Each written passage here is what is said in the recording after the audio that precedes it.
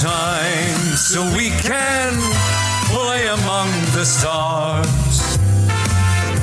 Come and see what war was like before the coming of Sigmar.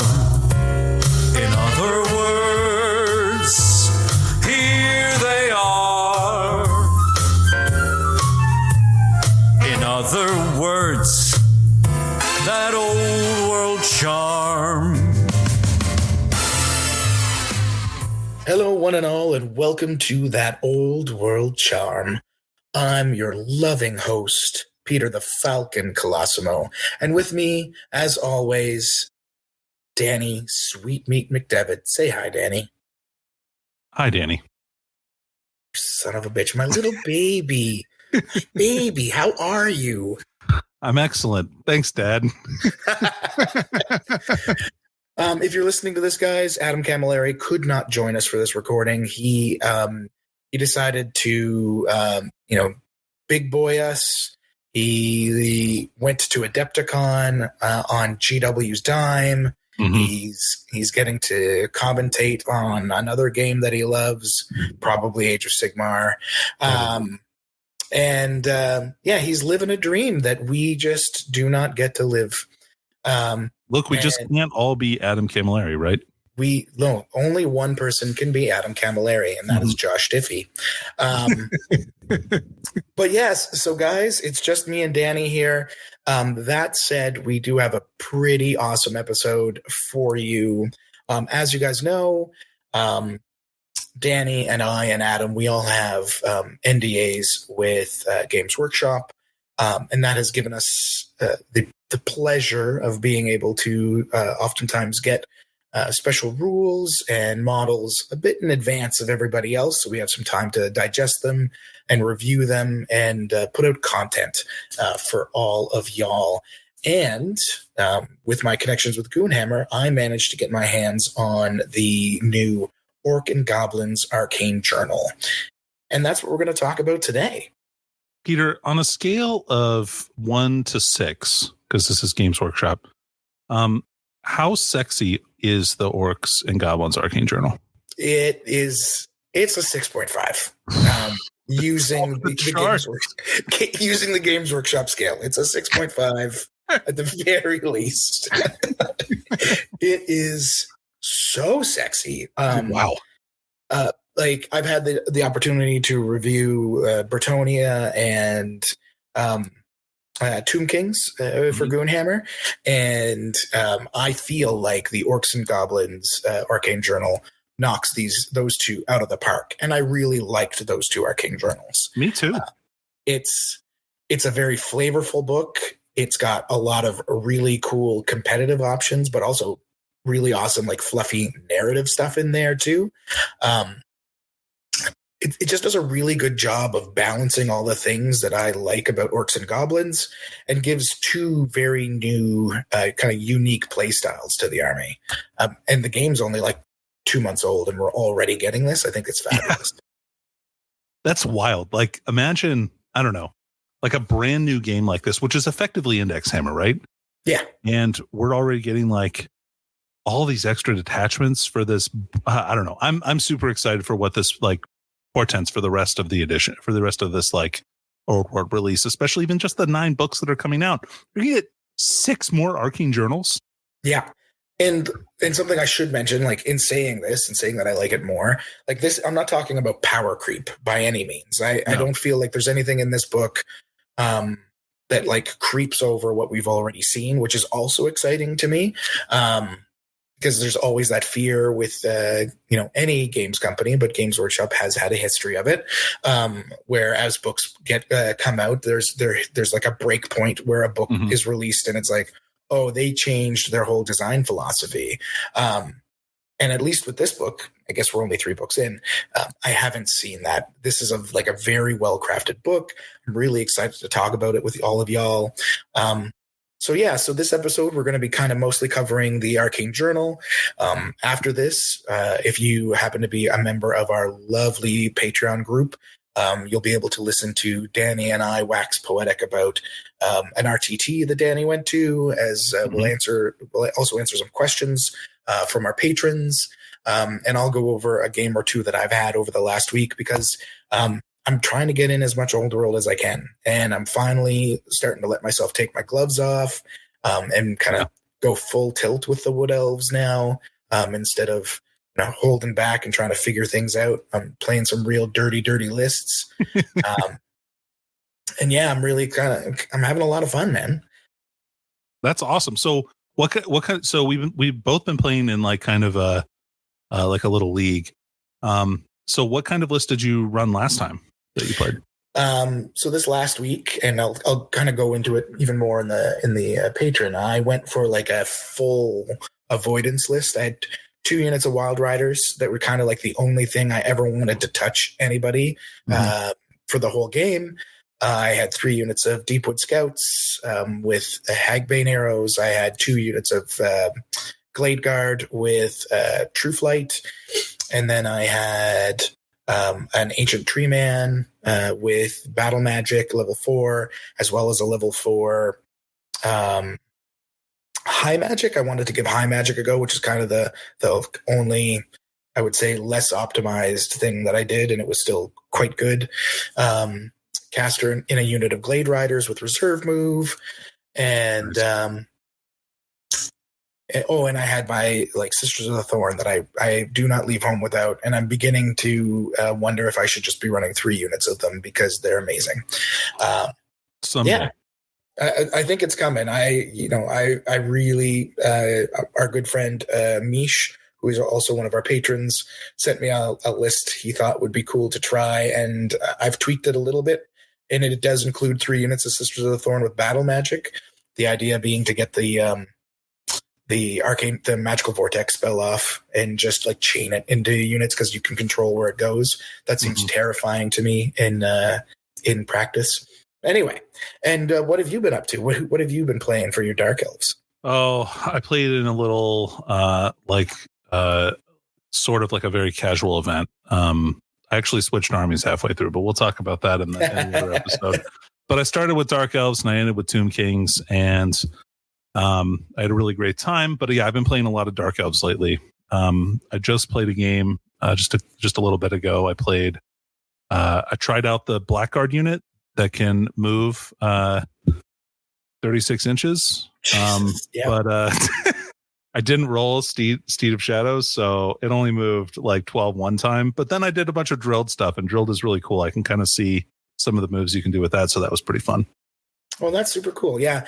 Drilled is something I really want to explore more. I haven't taken it yet on my Glade Riders. I've made a Lizardman list where I'm hoping someday I won't fail a stupidity test on my Gold One Riders, where I'm using drilled, and I really want to see what happens with it. I expect nothing because Gold Ones have failed me miserably every time I've ever tried to use them. I actually believe that. Having seen you roll dice before. My man, if I'm not rolling poison, it's all bad. It's the only thing my dice know how to do. They're just okay, we'll roll 6s for this. Everything else. And even now I'm starting to lose my poison rolls too. It's just maybe it's old age. Probably old Greg. Old Greg. just some Baileys in a shoe. Okay. Man, let's talk about this. Let's talk about this Arcane Journal, Pete. Let's talk about this Arcane Journal. This is what people are listening to us for instead of us just laughing at each other's jokes. I think it's the banter, to be honest. It really is. I'm really glad Adam's not here to control us like he normally does with that iron fist of his. Yeah, you guys don't hear all the edits where he just rips into us about everything. We pause the podcast 6 or 7 times an episode just so Adam can tear into us about being idiots. Just berates us constantly. You guys don't know shit about Warhammer, everything else. It's pretty harsh. When I do those voices that one commenter said are bad and are a reason to not listen to the episodes, which he was wrong about. Right, he was. Literally every time I do one, Adam pauses the show and asks so he can me to grow never do it again. Yeah. Little does he know it's just encouraging you to keep doing that. It really is. Maybe he does know that, and this is how he just empowers me. He really likes it. But okay, Orcs and Goblins Arcane Journal. Yes. We're doing this. We're talking about this is an amazing army. Like, I'm so excited. Like, first of all, Nomadic Waaaghs, I feel neutral about. I'm sure that I could get excited about that, but the troll mob has got, like, I own a lot of trolls, and I'm very excited to see this army on the table. It's I have had the opportunity to play both armies. Nice. I even got to play against you with one of them. That's true. But I've had 2 games. Like, it's not like I have a ton of games. I've got 2 games in with Troll Mob, and I have 1 game in with Nomadic Waaaghs. So I am by no means an expert. I have had access to the book for about a month now, so I have read it a lot, and there's some really good stuff in it. That from the lore perspective, you get to see like what's going on with the orcs right now, which is this big spine breaker Waagh that's happening. That's running amok in Bretonnia. Cool. And while that's happening, we have these 2 mini Waaaghs, and this is where the lists come from, that have started up in the Badlands that are trying to make their way up to Bretonnia to join in. And one of them is Waagh Kiknik, who's a new special character we'll get into shortly. And then Waagh Org Drugs, which is the troll mob one. There's some really cool stories in here. You get to kind of see how much of a badass Kiknik is, and how much of an idiot Org Drugs is, and how lucky he is because he's not very smart, but trolls are infinitely dumber. And so this sounds like a perfect army for me already. So it's just a lot of fun. Like I love orc fluff. It's what got me into Warhammer actually. Was reading about Grimgor Ironhide, because he was such a badass. And even though I didn't run Orcs and Goblins when I started, Grimgor's lore was what got me into it. So, getting back into it, seeing these guys and all that in their orky glory, it's really cool. So Danny, which army do you want me to talk about first, or what do you want me to? Well, let's save the best for last and talk about the Nomadic Waaaghs first. Okay, the Nomadic Waaaghs. So this is if you play Warhammer 40,000, the Nomadic Waaaghs is an army composition list that's very similar to, say, like a Speed Freaks list for Warhammer 40K. There are no foot troops available to this army other than giants. The explanation being that only giants can keep up. From a lore perspective, these Nomadic Waaaghs, they never stop moving. If you have a historical bent, there's a lot of stories about like Attila the Hun kind of rampaged across Asia, and how the only real way to stop him was to slow him down. And that's what they play into with the lore and also with like the army composition list. That's cool. So like your characters, you can only take, like, all of your characters have to be mounted. So you can take Black Orc war bosses or big bosses. You can take Orc war bosses or big bosses. You can take Weird Boys, Goblin bosses, Goblin shamans, but you cannot take them unless you put them on the mount. There's no Night Goblins in this list, which is like which is a big hit to the army. So as a balancing factor, that's really important, right? Like, I think that really limits what this army can do. Like, because a lot of the strongest units in the basic Orcs and Goblins list are Night Goblin units. Exactly. Like, just losing Fanatics alone is a massive, massive blow to a list. And it's a real big balancing factor for the Nomadic Waaaghs, and that you can't take those. You can't take Black Orcs. You can take Black Orc characters, and there's a new Black Orc unit I'll get into momentarily that you have access to, but you can't take Black Orcs on foot, and you can't take any kind of Night Goblin unit. So no illusion magic either. No illusion magic. You're stuck with battle and Waagh magic, and the new troll magic, which we'll be talking about later, that has been added to the book. That's cool. For core, you really just have Goblin Wolf Rider mobs and Goblin Wolf Chariots. Although, depending on who you take for your war boss, you do unlock an extra core option. If your war boss is a regular orc, not a black orc, you can take. He has to be an actual a war boss or big boss. You can take a unit of boar boys as core.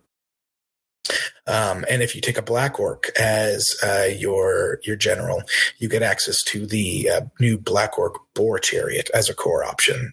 Just one of them. But you can take it as core? Yeah. Oh, that's good. Yeah. I really like the Boar Boys as core.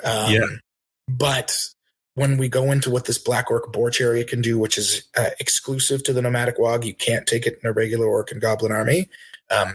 You may want to go that route anyway, because it is a fucking banger. Like, it rocks. I am really excited about the Black Orc Boar Chariot exclusively for what you can do with a character on it. Other than that, for special, you can go wild on Boar Boy mobs, Boar Boy chariots, and Snotling pump wagons. Okay. In the rare slot, you have this new Black Orc Boar Chariot, and you can take giants, as I mentioned. And then we have mercenaries, which we'll go into kind of at the end of the episode, because there's these 2 new mercenary units that are available to these armies, the Badlands Ogre Bulls and the Bone Grinder Giant. The big boy is back, everybody, and he's a rocket sauce. So that's your Army of Infamy comp list. There's, unlike with Bretonnia and Tomb Kings, there's no changes in the percentages. Everything is still 50, 25, 50, etc. So one interesting thing here I'm thinking of right off the bat, really limited options for your army. Like, I know that those are just the mounted units, so you can't take. Can you take Spider Riders? Spider Riders are not available. Interesting. It's that one. That's an omission that kind of shocked me. Yeah, I believe it has to do. I believe it's just purely a lore choice. That makes sense. When you read about these nomadic Waaaghs, they're very specific that they're only from the Badlands, where there's just like desert and dunes and swampy bullshit. Right. So the forest goblins aren't really around. That said, because you can take goblin shamans in this list, you could take an Arachnarok and run that, because it is a mount. I kind of like, it's like a big trapdoor spider that they've managed to lure out. I think there's some real cool stuff you could do there. As to the special rules for this army, there's some pretty exciting stuff. The biggest one for me, and the one that I think excited you the most as well when we talked about it, is this one called Hit 'em Fast, Hit 'em Hard. So if you're running a Nomadic Waagh army, all models that are riding boars, war boars, get the impact hits 1 special rule at AP -1. That's so good. All of them get that, whether you're a character or a boar boy. And it's at the strength of the boar at the time. So if you have any way to modify strength, like the strength banner from the Orc and Goblin book, like Banner Butchery. Yeah. Now you're charging at strength 5 impact hits. Seems good. And you're already getting like AP -1 from the boar rule. Mm-hmm. That's awesome. Yeah, that's great. Because so the real kicker here, right, is that that boar boys have countercharge. Yeah. So you get the impact hits. Oh, interesting. I wonder if you do. So you only get impact hits if you move 3 inches, right? Yeah. So you'd have to roll basically higher than a 2 or a 2+ on the D3, because it's D3 + 1 inches that you move on the countercharge. So as long as you don't roll a 1 or a 2, you should get your impact hits. Yeah. Yeah, that's cool. The other thing about this rule is it lets you take 1 unit of boar boys per 1,000 points and give them the Vanguard special rule for 1 point each. Oh, that is so fast. Yeah. Like, this army is all about being fast. And for good reason. Just like the Bretonnia Crusade army, like, everything in this list is either random movement or impetuous, other than the Black Orc Chariot, right? So, like, you have very little control over what you're doing. So you want to be able to go fast to mitigate that. Yeah, because you'll just okay, well, I have to charge. Oh, well, I guess I'll just go into the thing I was going to do anyway. Yeah, and just keep doing this stuff. You got it. The other big special rule in this army is Cunning Hunters. So all Goblin Wolf Rider mobs can choose to take the Ambusher special rule for 1 point per model. and characters can take it for 10 points. I'm not a huge fan of ambushers normally, but this list can make it work when we talk about Kicknick later, because he's got some pretty cool and spicy tech for ambushers. I've been thinking a lot about ambush lately, actually, and okay. Ambush is good proportionally to how expensive the unit that you can put it on is. Mm-hmm. So like a 40-point ambusher, awesome unit. 50-point ambusher, like those Goblin Wolf Riders, that's totally fine. But like once you start getting up to like 75 points, you're starting to think to yourself, is this really worth it for me? Yeah, I do like it as like for a couple of reasons on a cheap unit. One, because you don't care too much if they don't show up when you wanted them to. Mm-hmm. It does protect them for end game points as well to a degree. That's true. Like there's a lot of little things for it. What I like about it with the Wolf Riders, they're impetuous, which can suck. Mm-hmm. So being able to put them on the board wherever you want, so you do get that chance to hit the thing you need to hit without worrying about being screened, it's a big help. That's pretty nice. And on top of Cunning Hunters, Wolf Riders in the Nomadic Waagh also can be taken in hunting packs, which lets them drop the open order and skirmisher rule in favor of having close order and horde. Oh. So you can make the spears work, right? Now you're getting combat res out of it. Yeah, you could take, okay, that unit is awesome. Mm-hmm. And here's why. That is a ton of cheap unit strength that is very fast to support your lines of boar boys. So like you can start auto breaking people with that if you combo charge, and the wolves are really fast. Yeah. So man, that's cool. No joke. And lastly, and this is like the bummer rule for this detachment. Okay. Black Orc bosses. Yeah. So on top of everybody needing to be mounted, if you're a character, Black Orc bosses lose Dubois and Quell Impetuosity. Okay. So if you take a Black Orc boss on a chariot or on a wyvern or on a boar, he's no longer helping you out with your impetuous rules. The lore explanation is apparently when Black Orcs join a Nomadic Waagh, they don't give a shit about anybody anymore. That's basically what it says. We're nihilist, Lebowski. As soon as the wind, I think the way it's worded, it is like once they've been liberated from having to walk around with other orcs, the freedom hits them, and all they want to do is bash heads. So, okay. That's cool. Yeah. And that's fine. I like that. To me, takes the impetus away. So those are two critical units for orcs and goblins infantry armies, right? Yes. Like black orcs and night goblins. And so not having either of them is really a pretty big disadvantage. So these special rules really play well into that, making sure that this army is like pretty decent on the table. Oh yeah. Like the boar boy impact hits alone are wild. Oh. They are wild.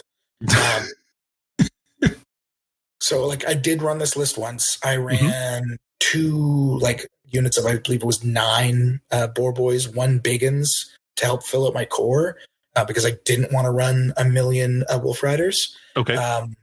And then another unit of 9 that I joined a weird knob to. And the impact hits were so good. Like they absolutely won me every combat that I had with those boar boys. They just kept rolling through people. It was great. That sounds awesome. Yeah. My wolf riders did not help me. Not even a little bit. Not even. That's what you expect.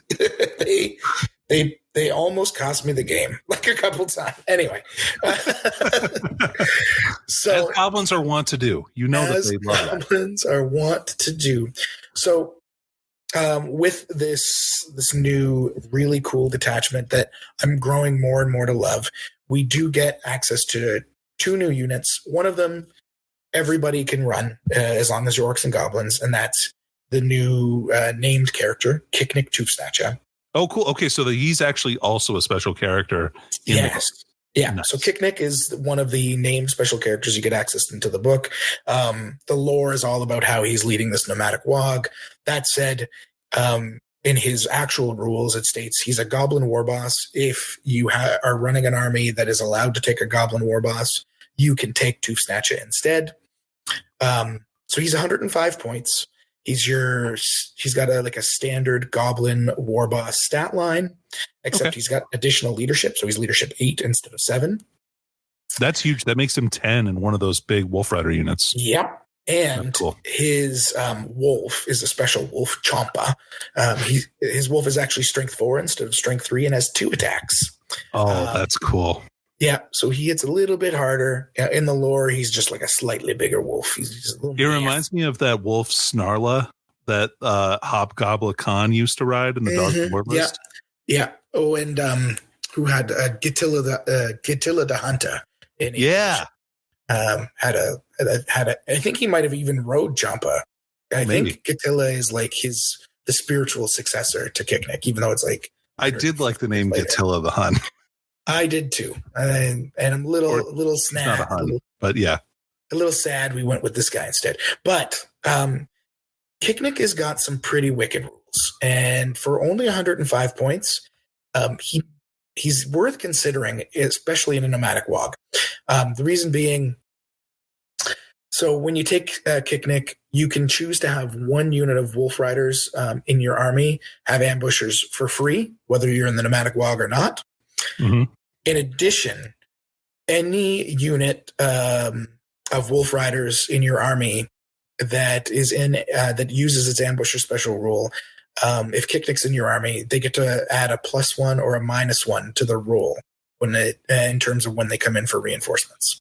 So do you do that before you roll, or do you just modify the dice based on the roll that you get? It's after. So it's a + or -1 to the result when rolling. So it's you roll. And then you determine if after you've seen the die, if you want to add 1 or subtract 1. So if it's a round where you don't actually want to bring them in, you subtract that 1 if you happen to roll like right on the line. And this is big to me because like I'm always worried about my ambushers not doing what I want them to do and coming in on turn 5 when they're useless. So getting that extra little bit of control really kind of puts, it's a huge boost to the ambusher rule in general. Yeah, that's amazing. That's super reliable. Yeah. And then on top of that, he has this other really wicked rule, which I have yet to get to see used on the table, but I see a lot of jank with it. And I love jank. And that is hit and run. So Kicknick, if he's in a unit of close order Goblin Wolf Riders, actually, I don't even think they have to be close order. I think it's just as long as he's in the unit. If they win combat with him in the unit, instead of choosing to follow up or pursue, they may fall back in good order. That's so cool. Yeah. So this lets you set up some really cool combos, particularly if you happen to win combat on your opponent's turn, where you can just like move way back and then flank charge something or hit them back even harder. Let's say if they only just gave ground, now you can just like whip back and still get your +3 initiative. Also, just lots of little cute maneuvers you can pull off here. I mean, because when you fall back in good order, right? You can you get to reform at the end of that move, right?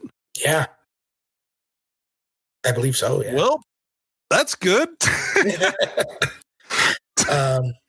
Yeah, it seems fantastic. Lastly, he's got 2 magic weapons. He's got Daboss's Trophy Rack, which gives any Wolf Rider unit he joins +1 combat res. Just they get +1 combat res for him being in the unit. Okay. And they cause fear. Oh. And his magic weapon is like a war pick. It's got a hammer on one end and a pick on the other. So whenever you start combat, you can choose to either swing at strength +2 AP1 armor bane 2 or at strength user AP2 armor bane 2 multiple wounds 2, depending on what you're fighting. That's so versatile. Yeah. Oh my God. He seems like a great character, and only for 105 points. Yeah. Like he's The only problem I've had running him is I always wanted to run like an Orc War Boss or Black Orc War Boss instead. But I think you can do some real jank things with this guy. And I want to see him on the table. So I think one of my next lists I'm going to play for Orcs and Goblins is going to be a Kicknick list, because I think he's so cool and he brings a lot to the table. Yeah, he seems awesome. Okay, so defensively, right? And that's what when I look at a character, right? That's one of the first things I look at. Yeah. All right, what happens because this guy wants to be in combat? Yeah, but not for long. Right. That's cool. Like, very fluffy. Because he's got a 5-up armor save. Like, that's all he's got going for him. 4-up. He does have armored hide. Cool. So he's got all those rules I already listed. He's got Champa has armor bane on his attacks, which is cool. He's got chariot runners, fear of elves, fast cav, impetuous, and swift stride, warband, and rallying cry. So nice. Oh, that's a great suite of rules. Really, like, all of those are very good. Yeah. So he's got a 4-up armor save, and that's all he's got for protection. So you really need to make sure that whatever you're hitting, you're killing. So they're not punching you back, and then you're fighting soft stuff, right? Like, yeah, you're hitting flanks, which is kind of like the whole point of him anyway. Put him in an ambushed unit, jump out where you need them, get that sweet combat res bonus. If you're running him in Nomadic Waaaghs, your Wolf Riders now have 2 or 3 static combat res minimum, which is cool because usually they have 0. So yeah, so you could trick it out, right? So you were rank, banner, close order, and his +1. Yeah, which isn't bad. That's pretty good. That's like 5 static res. Yeah, and then you just you don't care if you lose your front guys because he'll probably at least get his attacks in. He's initiative 5, so initiative 8 on the charge. I think he's pretty sweet. That's cool. The other unit, and this is the one I just I can't get enough, but mainly because of the stuff you can do with them as a character, is the Black Orc Boar Chariot. This is a unit that is only available to the Nomadic Waaaghs, at least right now. All of the other units, it's in the book, it says, you can run it with these, addendums to it for all these different armies. There's none of that. So as far as I understand it, only Nomadic Waaaghs for these guys. So it's unless they allow allies or something, you can take it in that little allied. I guess, yeah. So it's base 130 points. Yep. It's a it's like the Boar Boy Chariot. It's strength 5, toughness 5, 4 wounds. Yeah. Instead of regular boys, though, you have Black Orcs. Nice. 2 Black Orcs for crew, and they can choose to be upgraded to have great weapons for 2 points each. Nice. Or additional hand weapons for 1. Also good. Are they Furious Charge still? They are still Furious Charge. Oh baby. All right. Yeah. Hold on. One question, Pete. Is that a rule that the chariot gets or just the crew? Just the crew. Okay, cool. Also, it's a 3+ armor save base instead of a 4+. So for 134 points, you've got a chariot that's got D6 +1 impact hits. It's got 4 great weapon attacks on the charge that are strength 6 with a chop a special rule. It's got its 2 war boars smoking you. It's got first charge, furious charge for the Black Orcs, ignores panic, but does not quell panic, and the Tusker charge rule, and close order. And you can choose to put a standard on it for 10 points. That's an interesting choice. Do you think that you would pay the 10 points for the manor? I probably wouldn't because of what happens when you lose it, except I would take it every time if I'm putting a character on it. Sure. Because at that point, what's another 50 points? Yeah. I just want comp because that's just more combat res for my character. Right. Yeah. And so Danny, I've told you about this and it excites me greatly. So this also counts as a character mount. Okay. So that's awesome. You can for either a Black Orc Big Boss or a Black Orc War Boss.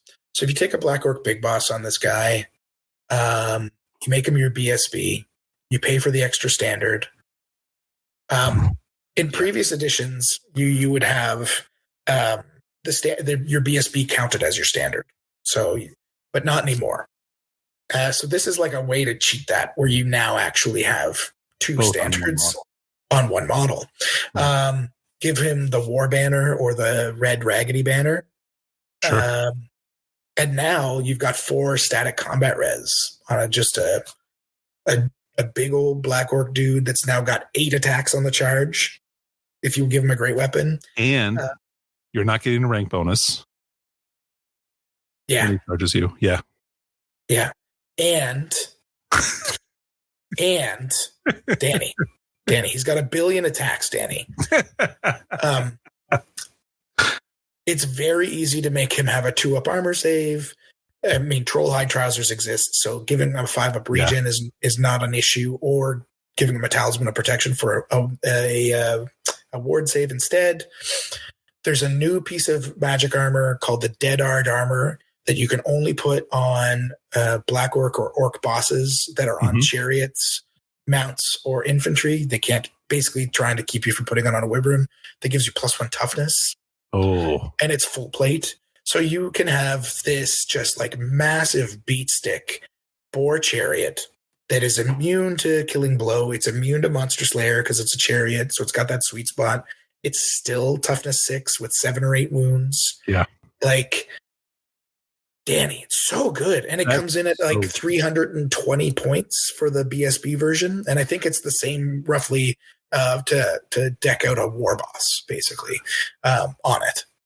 I'd be interested, right? To like, because like that's roughly the same cost as a wyvern. Yeah. I'd be interested. I mean, it's the exact same cost basically for a mount. Yeah. It's what? Because the wyvern's 130 points. And this is so real close to the same cost. So, yeah. Interesting. I mean, I like it a lot. I like the idea of it. I think it's its own unit. It probably fights other units to the front a lot better than a wyvern. Yeah, because the wyvern's only giving you 3 extra attacks. And this guy... And then D3 stomps, that's it. And then this guy's D6+1 impact hits, which are better than stomps in pretty much every way possible. Yeah, because you get them on their strike first, their initiative 10, and they've just... Oh, I love it. I love it so much. It feels so good. Unfortunately, in my one game with this, I only got 1 charge off before the game ended with this guy. But it was awesome. Like, the amount of attacks you have with just even the BSB with no magic weapon, 8 great weapon attacks, plus those impact hits, plus the Tuskers, you just wreck stuff. Anyway, one man I can't see what people do for models for this. Yeah, like the conversions on this are going to be great, but I do love this guy a lot. I'm probably fortunate that you can only run him in this army list because I feel like he would be everywhere otherwise. I feel like it's a coin flip whether you take him over the wyvern. Like the wyvern has fly and large target, so there's benefits to the wyvern over the chariot, but the chariot just has so much more static combat res and ignores Monster Slayer, which is a big deal. So. Oh, yeah. The immunity to Monster Slayer is incredible. Yeah, it helps a lot. Like you're just in that like magical zone of nobody can one-shot me anymore. Yeah. I love it. Yeah, 8 wounds is definitely that, right? Yeah, there's no funny dice scenario here where some guy's going to roll 2 6s in a row and some magical land where that happens. Just get all the benefits. Anyway. So that is the Nomadic Waagh. What a cool list. Like, I'm really excited to see that on the table. So what do you envision like a Nomadic Waagh to like typically have? Like what would a typical army that's kind of just very generally look like? I think you're running at least 2 units of Boar Boys with Vanguard because they're just impossibly good. That's unbelievably powerful. And like both can be big-uns. Yeah. Right? Or no, it's only one big one. It's not one big one unit. Yeah. Okay, so, that's fine. But still, like they can be big ones. They have access to magic banners, and there's 1 billion amazing magic banners available to orcs. Like I think all of the orc magic banners, even the ones in this book, are bangers. to be chosen from. You have these two big units that are going to have Vanguard, so you're right up in your opponent's face right away. You probably want like at least 3 minimum units of Wolf Riders to kind of act as your chaff, because they're still an amazing chaff hunting Oh unit. yeah. Regardless, like Impetuous be damned.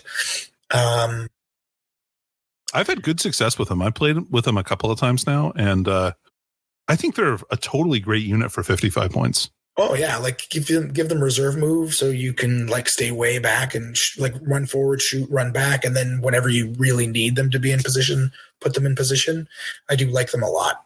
I do love regular Boar Boy Chariots. I think they're fantastic because they reroll charges. Yeah.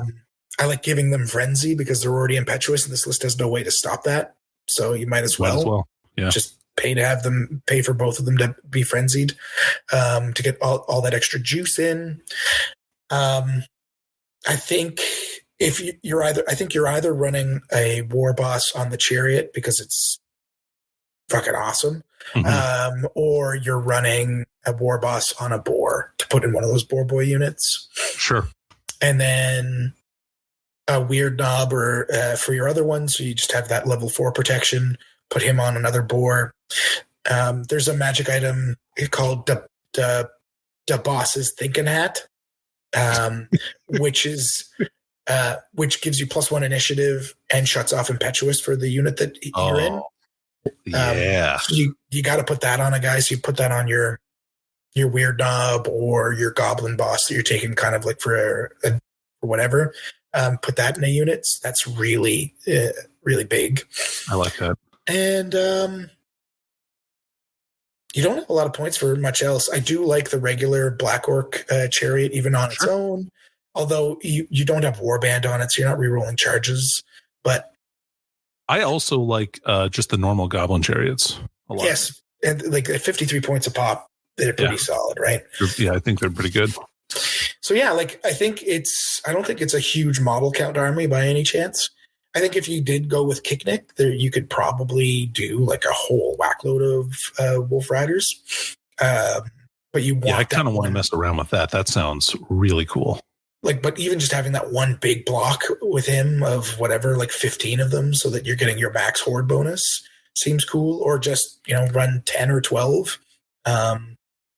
Also, probably just legitimately scary. Yeah.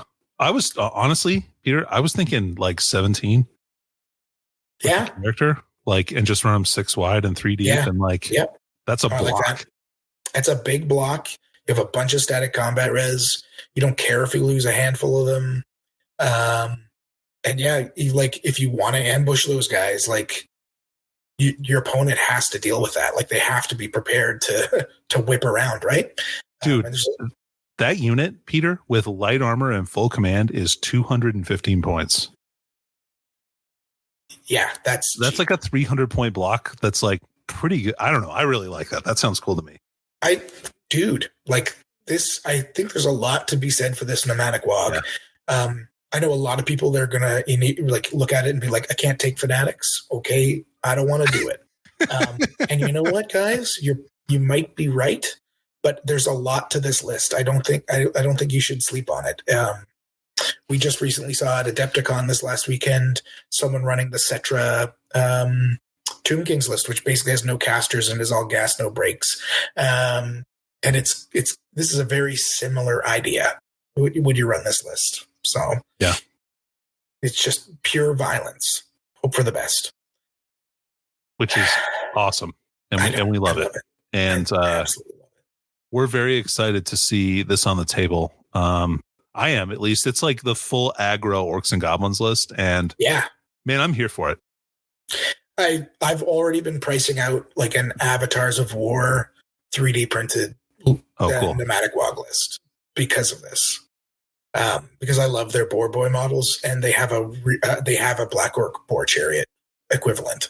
Oh, cool, badass. So that's kind of where my mind went.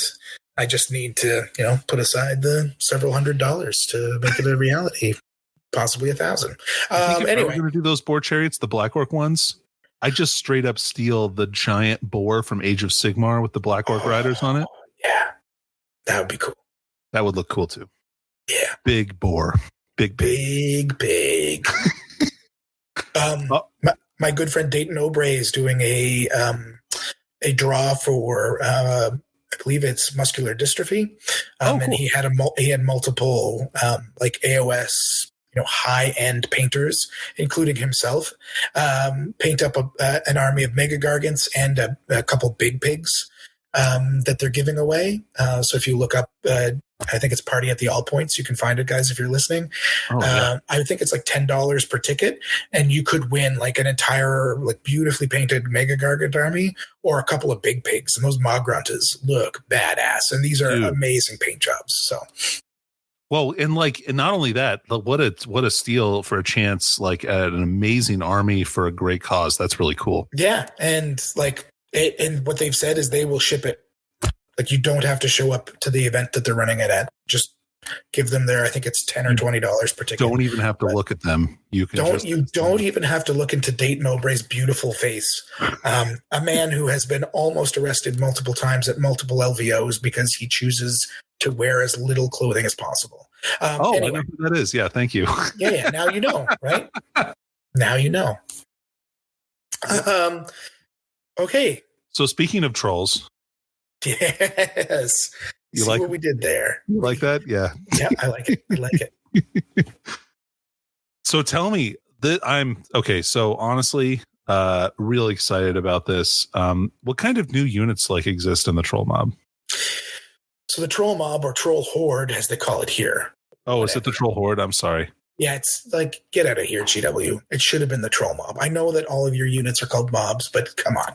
Anyway, so first off, the troll mob is basically the Fast and the Furious of the orc army, because you're saying it's all about family. Yes, and when you read the fluff, it's like, because troll hags, which are a new unit I'm about to talk about, and this is where it's like they are 100% just all about family, to the point where they assume that anyone they see is their children. Yeah, and that's it. That's very motherly.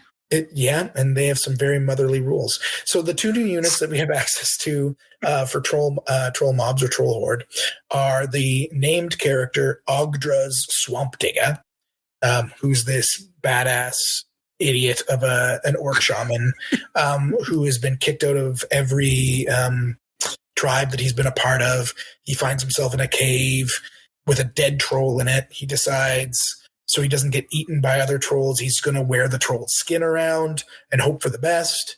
So he cuts the skin off, puts it on him, and it's like a river troll, and there's pictures of him with just the river troll's head, because he doesn't skin it properly, just like hanging over his own head. Yeah, they previewed his model. I can't wait to see Gatilla's model, or not Gatilla, but Kicknick. Yeah, Kicknick. Yeah, I hope he gets a model. But yeah, Ogdra's, he's just this like big dumb idiot, but it works. Trolls, they smell him and they're like, yeah, he's just another river troll like us. And a troll hag finds him and it's like, oh, it's one of my children, one of my babies, just like me. It's exactly the same. And feeds him like with a bottle of troll milk, and he gets troll powers from it. And now here we are. So Ogdra's is a level 3 weird knob. And he can be taken in any Orc and Goblin Tribe army that allows you to take weird knobs.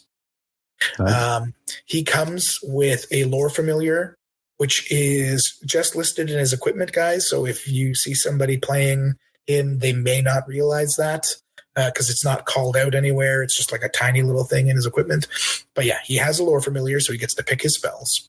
Unfortunately, it also means if you take 2 shamans in your list, you can't take a lore familiar on the other one because that is true. That's kind of not a common magic item, but that's fine.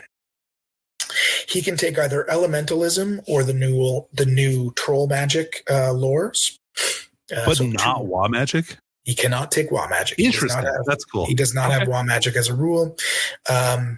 He has Warband. His stat line is the exact same as a weird knob. So if you pull out your Ravening Hordes book, you can see his stat line. He's 195 points, by the way, so he's not cheap. He's kind of on par with what a level 3 Weird Knob would be if he had a bunch of magic items. I mean, all right, so a level 3 Weird Knob with that thing is 170 points. You're getting, for 25 points, you're getting all of his rules. Yeah. And here's what those extra rules are, and they're pretty good. So he has the Troll Collar.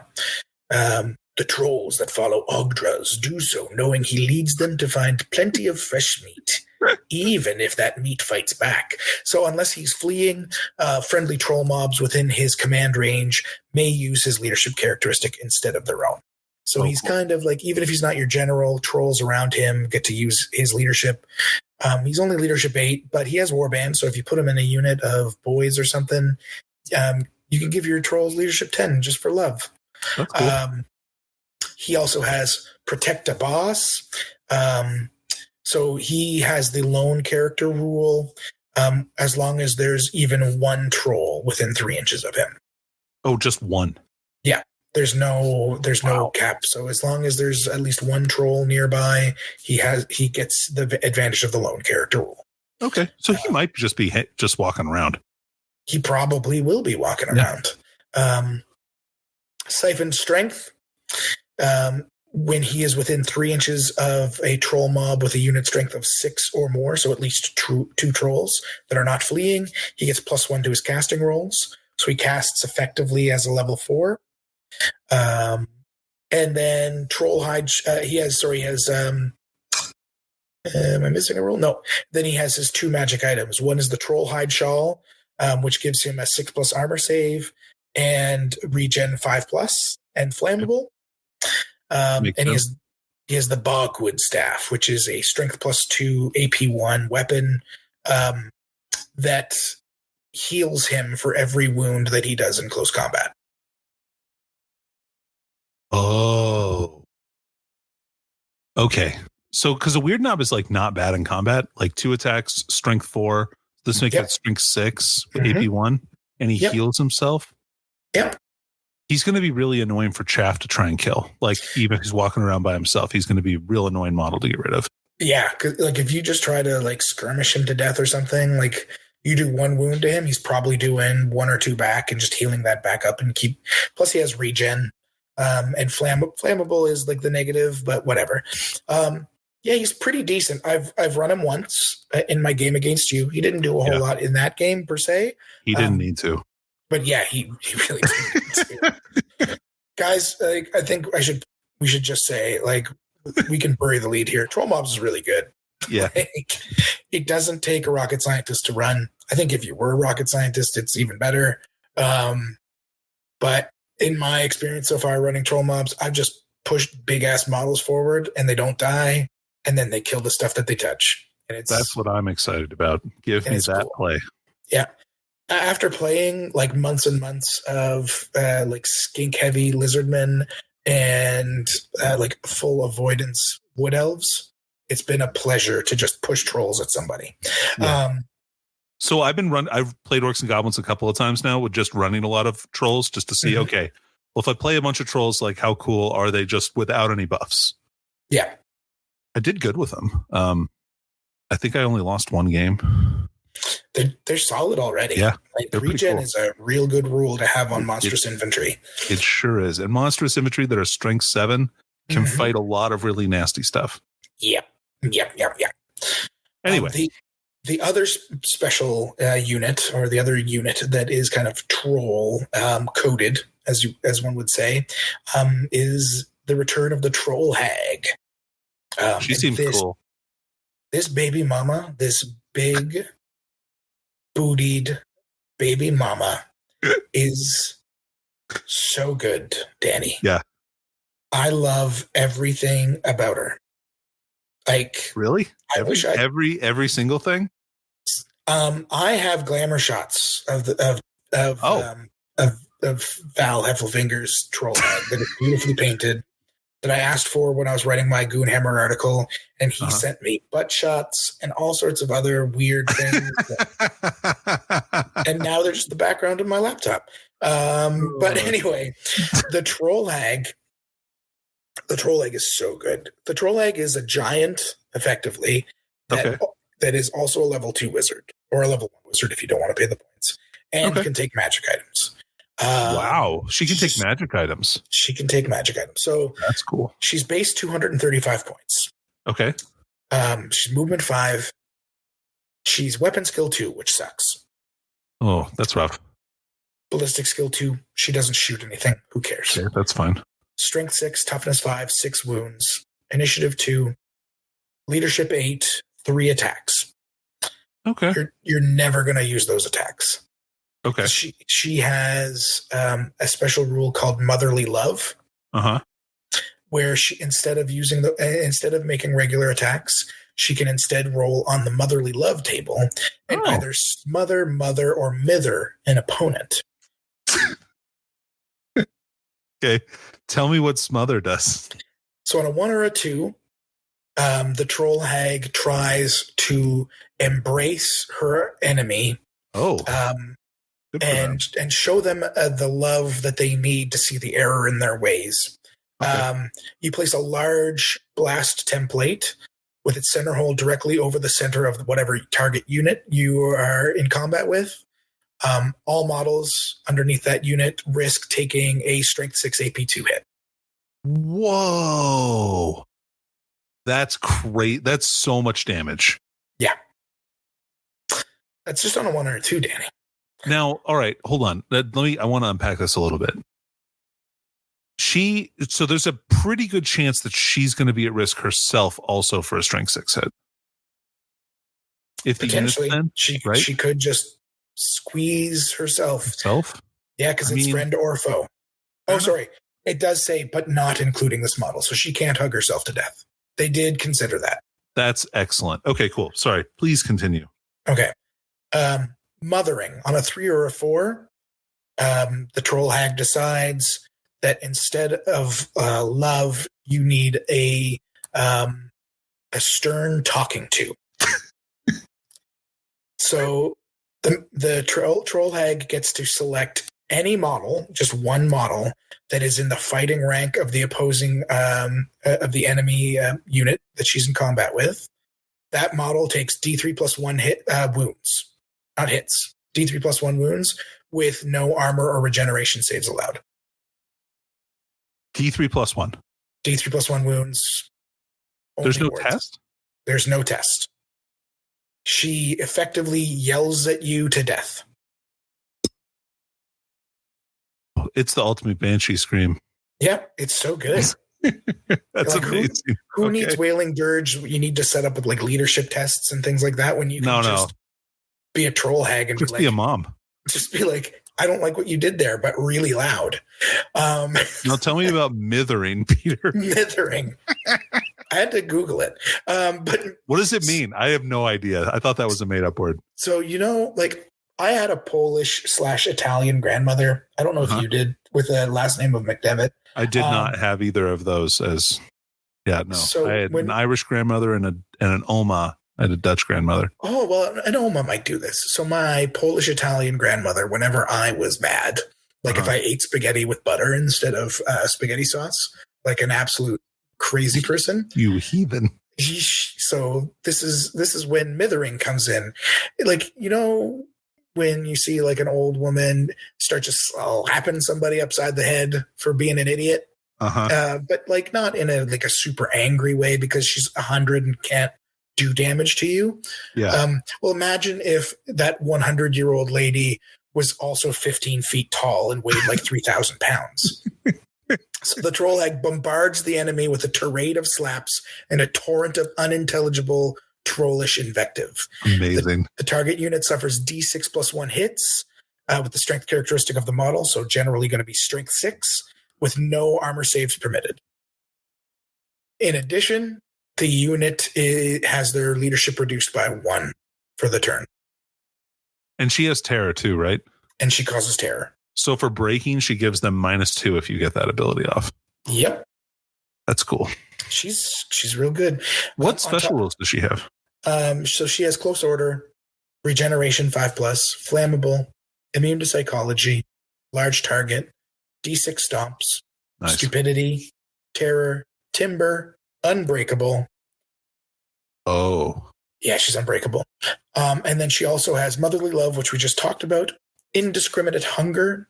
This is a special rule where in the combat phase, if she is in base contact with any enemy unit, she can make them do an initiative test or suffer a wound with no saves allowed. And if that is successful, she heals a wound. She's just taking a bite out of you. She's just like, I got real hungry for a second. Just like every other person's mother has ever done, right? Yeah. Or grandmother. And then she has Slimy Shanks, which any enemy unit in close combat with her is -1 to hit. Okay, so that really mitigates weapon skill too. Yeah.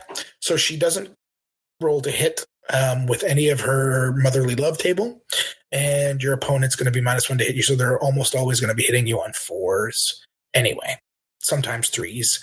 And you said she's a wizard?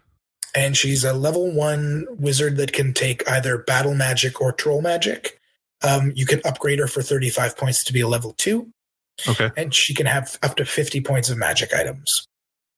Oh, 50 points. Yeah. Actually, okay, that kind of makes sense, I guess. So I've been running her with just a Talisman of Protection normally. Yeah, I think that's a good move.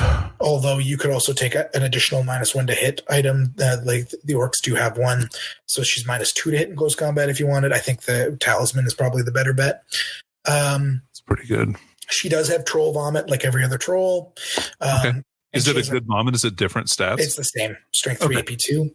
And she has Swamp Breath, which is just a Strength 3 AP2 breath weapon attack. Oh, cool.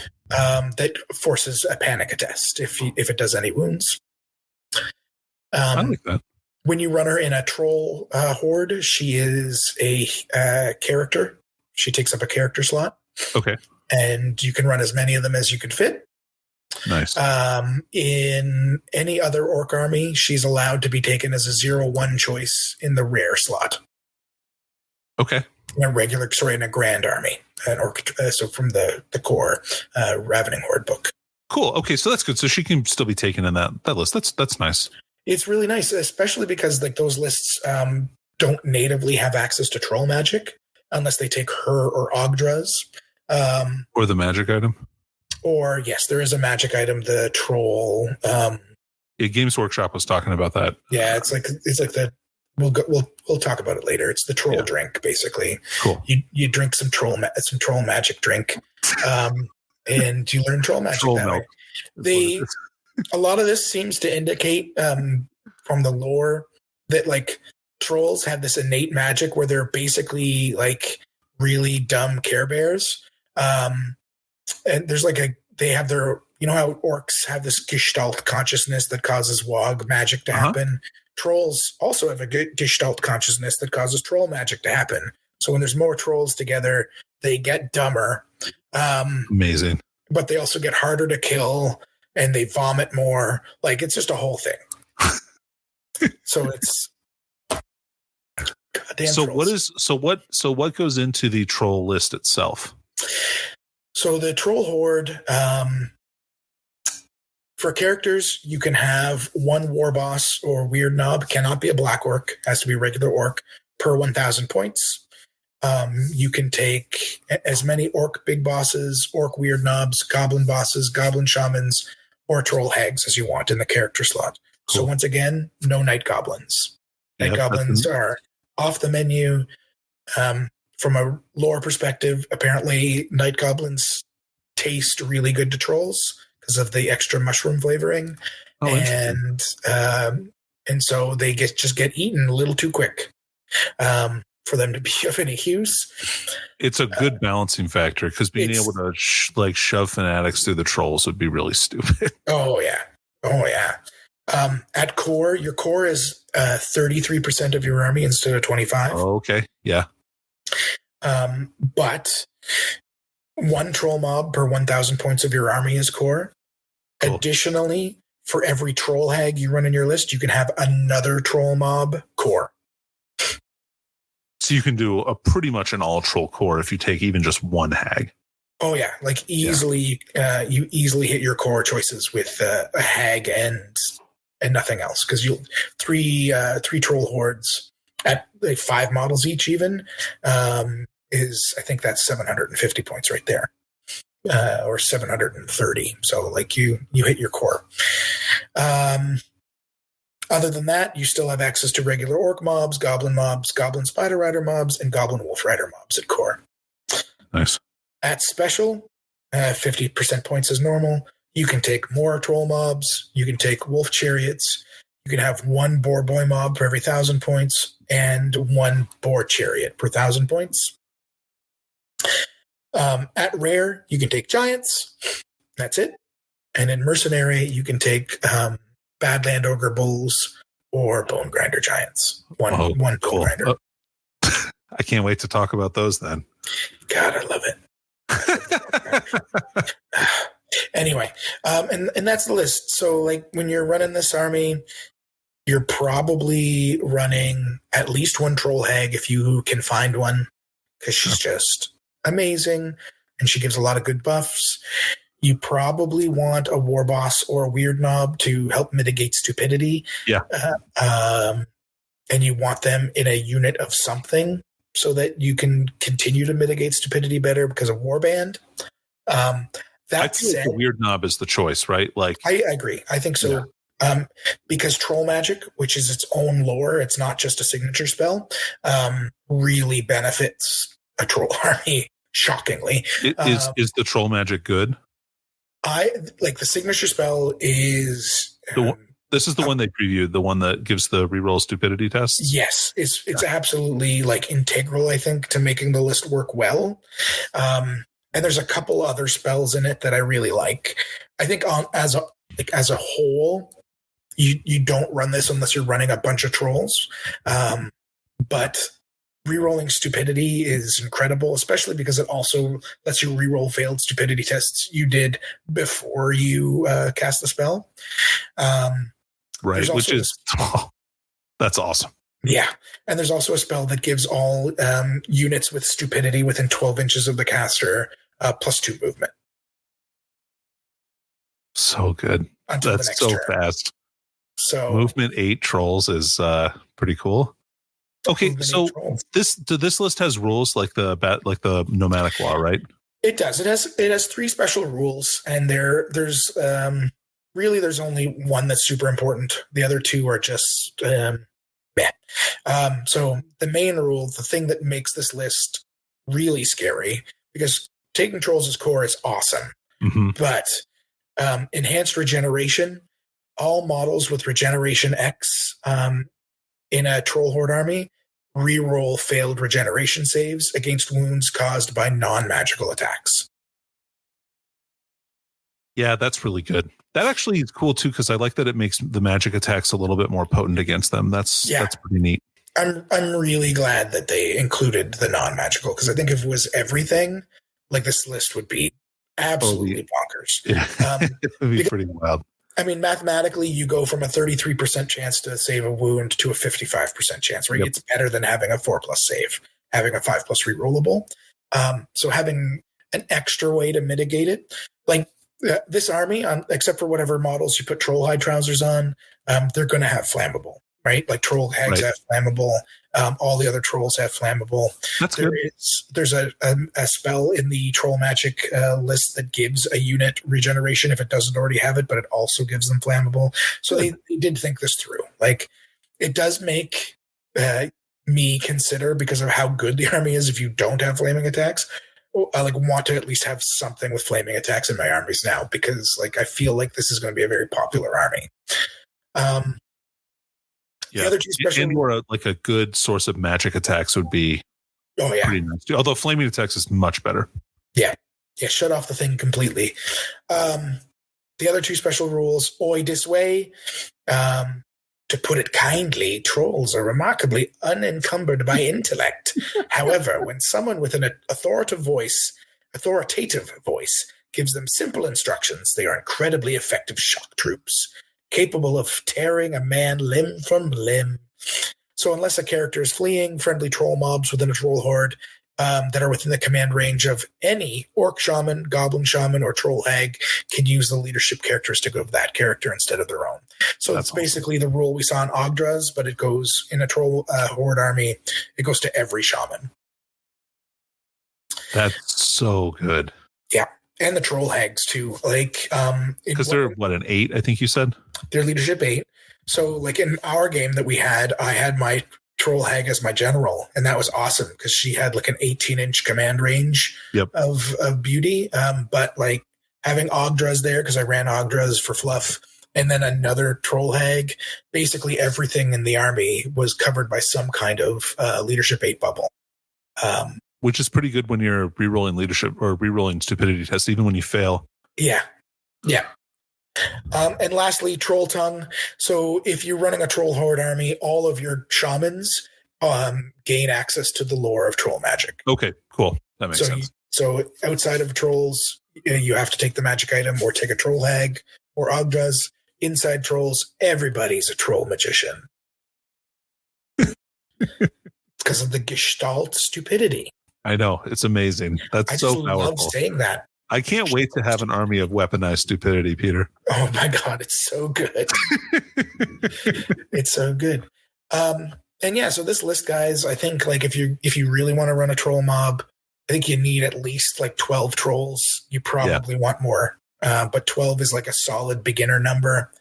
You want at least one troll hag. You want a shaman, like a weird knob.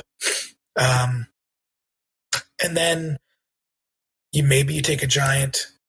You probably take a bone grinder. Yeah, they sound really good. And then some boar boys or some wolf riders if you really want to try to be cagey. Don't be cagey. Like I've been running just 15 trolls. I've tried in my one list. I just ran river trolls because I like them the most. In the other one, I ran I think 6 of each. That also worked very well. Although I had to remember all which ones were which, but that's a whole other thing. But yeah, like this list, it's just push them forward, roll a ton of stupidity tests, and win. I've been liking the stone trolls myself. Yeah, the armor save is nice. The armor and the magic resistance. Yes. I forget they have magic resistance every time. Every time. Like, no joke. I'm just like, yeah. Anyway, they're so good. It sounds like an awesome list. I can't wait to see that more on the table too. Trolls, I think, are an underutilized portion of the Warhammer like universe. Yeah, and they've got gorgeous models. The old ones were nice. The old river trolls still exist and like they hold up. The Troggoths from AOS are incredible. If only they're just a little big, but I wish why they decided trolls got to stay on 40 mils when everybody else bumped is beyond me. Well, I guess like ogres didn't, but that's a legacy army. Like put them on 50s. Just let me take my Troggoths because they're so much nicer. Anyway, and easier to buy. So that's it for like the 2 army lists. They're both fantastic. They change completely the way you want to play orcs and goblins. For sure. Which is good.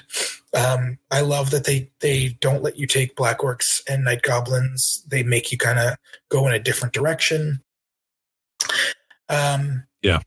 Yeah, no, I think that's a really good choice for them to kind of diversify. You know, it's funny too, like even the main list is limited on the night goblin units you can take, right? Yeah. So like it's very, they're very conscientious of how effective night goblins are, I think, although I don't know if they quite know how good fanatics are.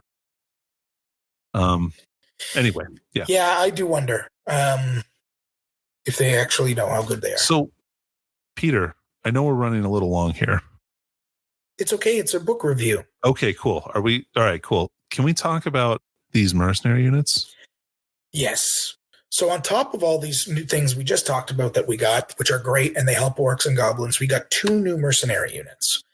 One of them, everybody gets to use if you want. Like if your army is allowed to take mercenaries, one of them you can take. It doesn't matter who you are, big or small. One of them is only available to basically the armies from the Ravening Hordes book, and that's probably for the best. Yeah. So the Jack of all trades unit, the Dogs of War unit, is Badlands Ogre Bulls. They are straight up Ogre Bulls from the Legacy Ogre book in just about every way, other than the fact that they're also Iron Guts, because you can mix and match them. They're a motley crew unit. They're base 31 points, just like Ogre Bulls. They can take either additional hand weapons, great weapons, or iron fists. All of them can be upgraded to have heavy armor. And they can have a magic standard up to 50 points. They've got the same Ogre Charge rule. They've got Armor Bane. They've got that Impact Hits 1. And, Close Order and Fear. The big thing about these guys over standard ogres is this motley crew thing, and the fact that they get to mix heavy armor with iron fists. That's very powerful, that combination. I also like the ability to throw a couple of dudes with great weapons in my front rank. Yep. So I can do some real good damage and then have the rest of the guys with iron fists. And that's cool. That's really cool. Like if you want to go super wide, like 6 wide, even I say super wide, but 6 wide's pretty wide for ogres. Pretty wide for 40 mils. Yeah. Yeah. You take 3 with iron fists and heavy armor. You take 3 with great weapons. You're taking 4 up armor saves on them now. Yep. And then striking back with those big great weapons smacks. Like that feels really good. That seems powerful. Yeah. So it's a great unit. The one question I have that I haven't been able to get answered, I do know that we're getting an FAQ, but I don't know if it's going to specifically cover this, because this is a Dogs of War unit where it's not attached to any particular army like some of the other mercenaries we've seen. Yeah.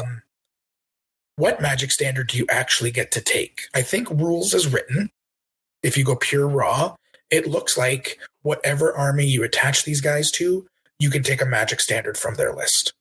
And if that's the case, I think there's some really crazy possibilities with them that you shouldn't overlook. Just look at the magic standards that you have available to you and think, what if I could put these on like a really good monstrous infantry unit? Otherwise, it may just be that they decide you can only take them from the core book, which is much less good. I've heard talk, because I did ask this question of some people, that it may be that you are locked to Orcs and Goblins ones because they're Badlands Ogre Bulls, in which case that's amazing because they have great banners. They have some really great banners. And like +1 strength on these guys is fantastic. +1 weapon skill and +1 combat res is amazing. Pretty good. There's a lot of good stuff you can put on these guys if you're just locked to Orcs and Goblins. That's cool. Yeah, I'm excited to see how that kind of works out, because like some armies, or especially for mercenaries, so they're only hireable by armies in Ravening Hordes? No, Badlands Ogre Bulls can be hired by anybody. Anyone. Okay. Anybody, as long as you have a mercenary option, you can take these guys. Because I know my Dark Elf army would love to have some monstrous infantry. Well, now you have them. Yeah, that's sick. Cool. Do it, Danny. Maybe I will. You just have to roll a d6 at the beginning of the game, and as long as you don't roll a 1, they're amazing. And if you roll a 1, they're slightly less amazing, but not that much worse. I have some Melusai on 40 mils from AOS, the Snake Ladies. Yeah. That would be a cool unit. That would be a cool unit. Yeah, that's a cool unit. Anyway, sorry. Okay. We've saved the last. Maybe the best for last, Maybe the best for last. It may be that in practice, once a whole bunch of games are played with this guy, that he's not as good as I think he is. But even if that's the case, even if you play 100 games with this guy and he fails you every time, you're wrong. He's still my baby. He's still my baby. Just like Adam is my baby and Danny is my baby and all of you are my babies. The Bone Grinder Giant is my real true baby. Yeah, you really seem like a real bone grinder, to be honest. I love him, Danny. I can't, the giant to me, I've had some people tell me that they think the giant is super competitive. I think he's good. I don't think he's like as good as some other people think he is. I think the giant's really good. I think he's good. I'm not saying he's bad. I'm not saying like, I'm just saying like, I'm not as high on him maybe as some people, Sure. but I would 100% consider running him in certain armies. And if you ran him against me, I would still respect like that choice. The Bone Grinder Giant, however, this guy. Okay. So first off, he's 300 points, guys. So keep that in mind. Like, okay. So he's 50% more than a normal giant. 50% more than a normal giant. He does not have 50% more stats. Okay. There was a time when a Bone Grinder Giant was strength 8, toughness 8, 8 wounds. He is not that. Thank the gods. Because that would be terrible. Shit. I'm glad that's not real. So he's movement 6, weapon skill 3, ballistic skill 1. None of that matters. Well, the movement's okay. He's strength 7. He's toughness 6. He has 8 wounds. All right. He's got light. Sorry. He's the same toughness and 2 extra wounds over a normal giant. Yeah. For 100 more points. He's got light armor. He's close order, immune to psychology, large target, stomp attacks D6 plus 1. Nice. Terror, timber, unbreakable. Okay. Yep. Here's the selling point, though. The Bone Grinder in previous editions had 3 charts you got to roll on, depending on what you were fighting. Oh, no. The Bone Grinder in Old World, he keeps those charts, people. So it's so good. So Bone Grinder Giant attacks. Bone Grinder Giants, they do not attack in the same way as other creatures. They are far too large and fractious to take orders and much too scatterbrained to have any sort of coherent plan. So the thing about Bone Grinders is whenever you get into combat with something, you have to determine if they are a little thing, a big thing, or a bigger thing.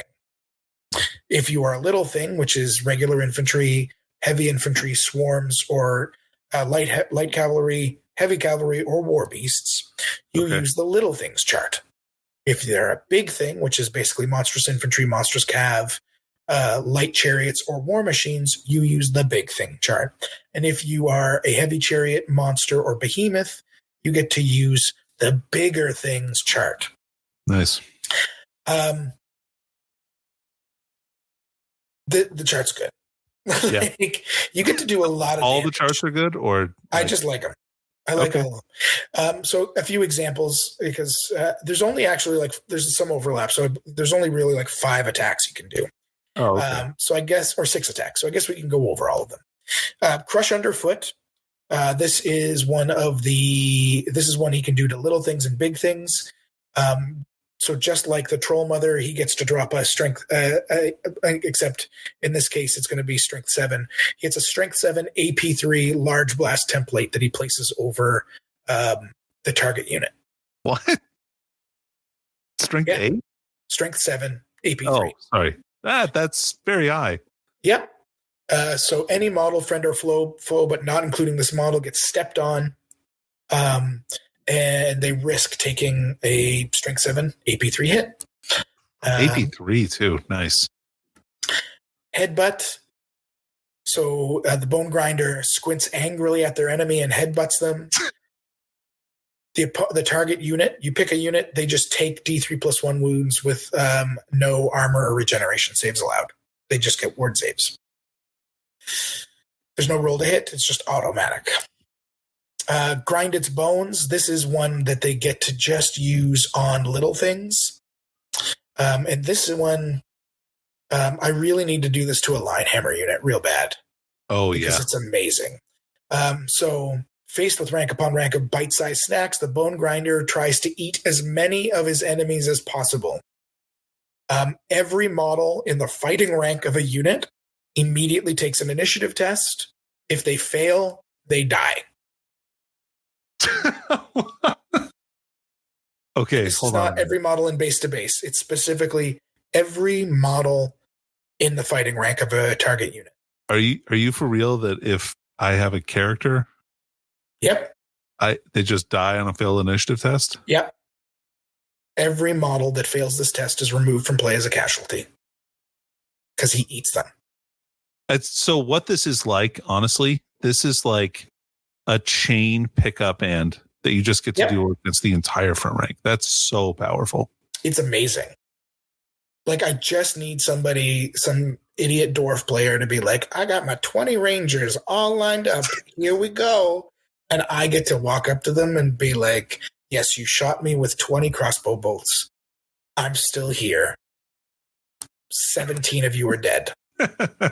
Right? Like, just, I want to live that. That is going to feel good. I want to live that life. Yeah, because that sucks.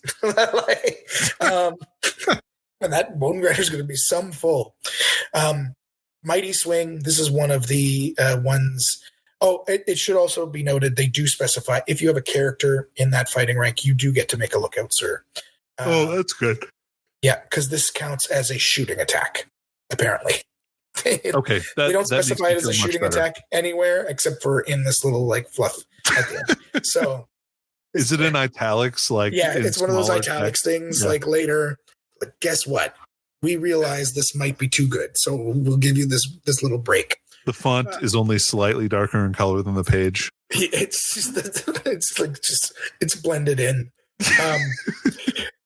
Mighty Swing. The Bone Grinder Giant gets to just swing its club at its enemy. It's the enemy unit suffers D6 plus 1, strength 8, AP 2 hits. Nice. Yeah, so he doesn't roll the hit. They just straight up strength 6, AP 2. This is the one that I got on you multiple times in our game. That killed. That's the thing that killed all my bull centaurs. You killed all your bull centaurs and then went and killed your iron demon. That's right. That's right. Yeah. Vomit. This is another one he does on little units.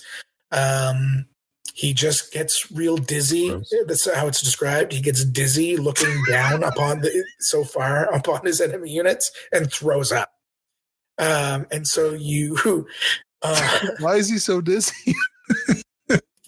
He's very tall, and Bone Grinder Giants have poor eyesight. So he's just like, what is happening down there? Yeah, and at that elevation. Well, you have to remember, Danny, and maybe you never played against a Bone Giant in previous editions. They used to have a special rule in 6th, 7th, and 8th where whenever you moved them, you had to roll, I think it was an initiative test. The clumsy tests. Or you fell down. When they cross stuff. Yeah. Yeah. You just you had a 1 in 6 chance of just falling down by walking. So at least now all he does is throw up. And what it is it's a flame template that you put over the enemy unit in your base contact with. Everything underneath it takes a strength 5 AP 2 hit, or risks taking strength 5 AP 2 hit. That's pretty good. It's pretty good. And lastly, Wallop. This is for the biggest ones. And it's he just makes a single attack at strength 10, AP 4 with 2d3 multiple wound special rule. Oof. That hurt. So, but do you have to roll the hit with that? You do have to roll the hit with that one. So it's like a 50-50 shot that you're going to get this one through. It's probably the weakest of the attacks he has access to when it comes to hitting a big target, because the other one's auto hit, at least. That said, if it gets through, like flopping 6 wounds off a model is not is far from out of the question. That's a lot of damage. Right? Yeah. So I just love him. He sounds great. He's the charts help a lot because when you play a giant, sometimes you just roll the worst possible option, like belly flop every time, and you do 1 wound over and over again to some big monster you're trying to fight. Whereas he, at least, like depending on what he's fighting, he has an answer, and that's what I liked about him more. But at least you can laugh at him belly flopping on that monster. That's true. That's true. And I have, because I've never been the one running the giant when it's happened. And my poor buddy Craig has run his giant multiple times, and multiple times has lost combats because on the crucial turn he rolled belly flop. Can I just say too, on the giant chart, I'm so glad that Yell and Ball is gone. Yeah. Yelling balls sucked so bad. It was the worst when you do like 5 out of 6 wounds and then he'd roll yelling ball and like he'd yell at you when you lose combat by 2 and run away and he'd like run you down. You'd be like, well, that was cool. That had nothing to do with I couldn't do anything about that. Yep. I do like that is gone. Yeah. So that's the Bone Grinder. I think he's cool. Fantastic. He's just the right amount of brutal. He plays into whatever you're playing against.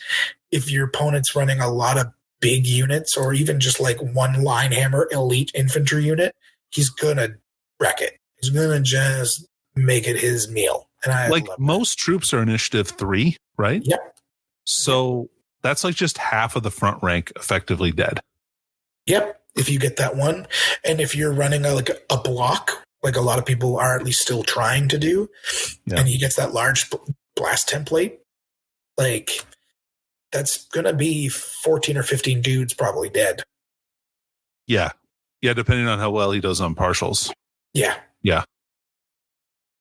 It's so much damage. Yeah, because the strength is super high, and there's good it's AP3, right? AP3 strength 7. So even full plate troops are like. And heavy armor shield guys are like not getting a save against that. Yeah, it's brutal. That's cool. That's really it for the book, guys. I mean, I guess we could talk about, like, we did kind of cover lore of troll magic already. There's not much else to it. Like, I kind of went over the good spells. There's big smart. Couple cool magic items, right? Yeah. So for magic items, rather than go through all of them, because there's 18. Yeah, there's so many. Yeah. Let's just say all of the magic weapons suck. If you like one of them, you're wrong. So there's a 55-point great weapon that has killing blow. That's literally what it is. It's called the big ear choppier axe. But it's just a great weapon with killing blow. Martog's best basha, which is 50 points for strength +1, AP2, but you get +1 to your weapon skill and initiative. I don't think that's terrible, but it is required 2 hands. Yeah. See, I was into it, and then you did that, and I'm like, nope, right. I'm out. Acrid Axe. The Acrid Axe is 30 points, strength +1, no AP, armor bane 1, but you re-roll to hit rolls with it. And you only get the +1 to strength on the turn you charged. Backstabber's Blade. This is a goblin specific weapon. 25 points, strength +1, AP -1. But if you're in a opponent's flank, you reroll wounds, and if you're in an opponent's rear, you reroll to hit and to wound. That's okay. I like that one. And it's a common 25 point. It's common. Ooh, I like that even more. We've already talked about Dead Art armor. It's incredible, and it's only 35 points. Full plate that gives you +1 toughness. Just take it, guys. That's sick. Spiteful Shield. You just do wounds back to your opponent. If they punch you, it's too expensive. The magic items I like outside of that, I like basically all the magic standards. Angry Lad standard is Frenzy for 35 points, which is good. Spider Banner is back, 35 points to give any unit now, not just goblins like it used to be.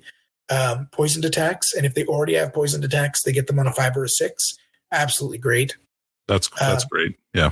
Nomad Banner, you reroll 1s on any flee, charge, or pursuit roll for 25 points. That's good. Banner of the Wilds is 20 points for move through cover. That's such a good banner. I was actually thinking about that on the Black Orc Chariot. Yeah. It's like you hate those failed dangerous tests on that guy. Yep. Enchanted items. The Necklace of Blessed Teeth is really good. It's 50 points. Reroll 1s of any kind of save. Like all of them. Armor, ward, and regen. You reroll 1s. It's how many points? 50. Oh, that's good. So you're probably not getting 3 saves and that. No, you're probably getting 2. Yeah. So you're probably getting a 2-up armor save and then a 5-up regen or 5-up ward. You could have a 4-up ward with heavy armor and probably still have a 2-up in Orcs. So that's a thing. That's pretty good. Actually with troll What mob. gives the 4-up? Armor of Destiny. Well, yeah, but isn't that 70 points? Oh yeah, never mind, guys. Yeah, I was like, oh no, that's a problem. Never mind. I'm an idiot. Okay, cool. Good, we're back. We're back. We're back, guys. I'm an idiot. I guess the best option for this is you take this on like the Orc Wyvern boss in Troll Horde with the troll-hide trousers. And well, do you even need it at that point, man? You're just you really don't. Ones for armor save. You get to, I don't know. That the Wyvern guy is great in Troll Horde. Yeah, I think he's solid.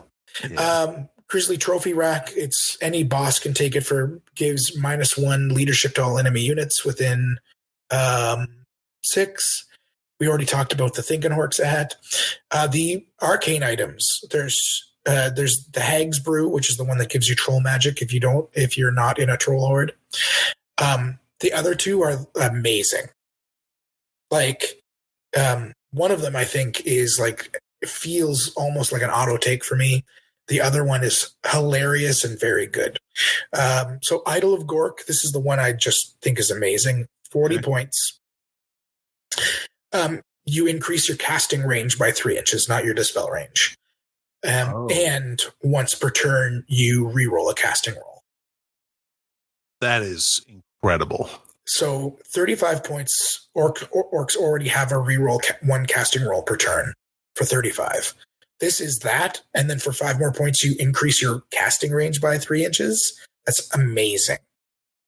So okay. I'm one of these guys who likes the shamans in the units of boys. I think that's to me, I like that. I'm fine with being in the unit. Yeah. But like +5 with +3 inches to range. Yeah. Dude, it's good. Oh my God, that's crazy good. I love it. I want to put it in every list. If you guys happen to read my Goonhammer article, I put 2 kind of funky lists in at the end. I put the Idol of Gork in one of them. Originally, I had the Idol of Gork in both of them, and I had to be like, well, no, I can't do that. So anyway, it's a very, very good magic item. Yeah, that's incredible. That'll be in almost every list, I think. I feel like if you're running a weird knob or a odd knob, you're taking it. One other thing to mention. Go on a goblin. Yeah, one other thing to mention. All of these magic items, unlike with the other Arcane Journals, they're for everybody. None of them are locked to any of the armies of infamy. That's cool. And so this is the hilarious item. It's 55 points. The Staff of Badum. Oh, yeah. So you get plus D3 to all of your casting rolls. If you take the Staff of Badum. Staff of Badum. However, if you roll dub 1s or dub 6s, you explode. You just die? No, you drop a strength 5, a large template, strength 6 AP1 explosion on your caster, and the item breaks. Okay. So the staff explodes and does strength 6 hits to everybody in a circle around you, a big circle. But plus D3 to cast is quite good. Yeah, I'm like, I would take that every single time if it wasn't for the disadvantage. Yeah. If it weren't for the one slight major disadvantage, I would take it. If it wasn't for the fact that there's like a 2 in 36 chance, so a 1 in 18 chance that you just lose it and kill a bunch of the orcs around you, it would be great. But anyway. So that's Arcane Journal, Orc and Goblin Tribes, guys. I didn't do my voice too often because we got near the end and I was getting tired, and I'm sorry for that. But yeah. Dude, what a good time. What a great book. I'm really excited to see these new lists in play. And it's going to be like, this is an exciting time to be an old world player for sure. Like, we're getting these updates seem like they're going to happen pretty regularly. So I'm excited to see Dwarves Arcane Journal and everything like that in the future. So yeah, I mean, we just got that Adepticon preview, which looked incredible. Those dwarf models, like, they are, in my mind, a step above everything we've already seen slightly. I'm not sure about the king on the shield bears. The shield bears look cool. The king looks like he's... Yeah, the king is a little round. Yeah, and I think he's wearing like Air Jordans or something underneath his little metal shoes because they look a little off to me. I thought that like his stature was weird. Like, for a Warhammer dwarf, he's not like no thighs. Yeah, it's kind of similar to that new Custodes character they released. Yeah, that was just unfortunate. Like, this guy looks a little weird. Like maybe they put a squat inside Custodes armor and went with it. But anyway. Like I really feel good. Like I felt good about Old World because it's Old World. But I was feeling a little disappointed with some of their choices and the wording of some of their early articles, where it seemed like maybe they had decided they weren't going to give this game the attention it deserved anymore. And then we get this beautiful article along with an Adepticon reveal where they're like, "Hey, guess what, guys? We see that it's way more popular than we thought it was going to be." And the scope of that wording where they say the scope of the game or the scope of the of everything has changed because of it, like that felt really good to read. For sure. To me, that means sales are up and they notice how popular it is. I know at Goonhammer, the Old World articles, when we put them out, they have almost as many, if not as many views as most of our 40K articles. So like people want this shit, and that excites me because it's a great game. Yes, the rules are funky. Yes, but that's going to be fixed. Totally. Like, remember that this, like, we're still going to get FAQs, that kind of stuff. I mean, not as often as 40K, but I just don't think we're going to see the situation we were in with GW where we weren't getting anything for years. Yeah, I fully expect within the next few weeks, we're going to see a 10 to 15 page FAQ. Like they're going to go all out. Wow. And I suspect we'll see something like that every 6 months. That's awesome. I'm so happy about that. I hope that the popularity continues and people see how great this game is. Like it feels good to play. It feels like Warhammer. I mean, I really am enjoying it. And guys, like if you're in a situation where a rule is bothering you, or like someone wants to play it in the craziest way possible, just think, like, what would an idiot do? Yeah.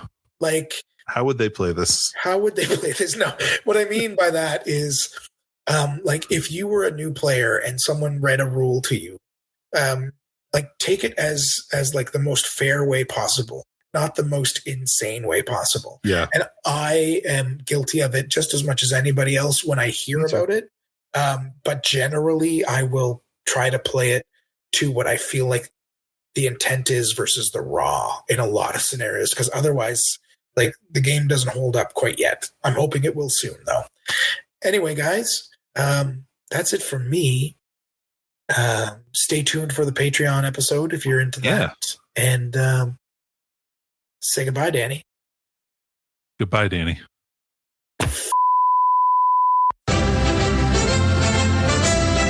You've been listening to That Old World Charm with those charming chaps, Adam, Danny, and Peter the Falcon. Thanks ever so much. Cheerio.